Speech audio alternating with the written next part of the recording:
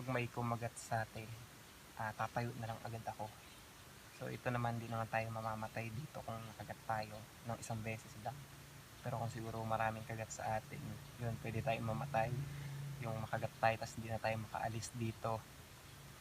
Pero ako, kung sakaling may kumagat sa akin, tatayo ako agad. Ganun yung gagawin ko. Okay lang na magkasugat ng maliit. Ayan. Nasaan na sila?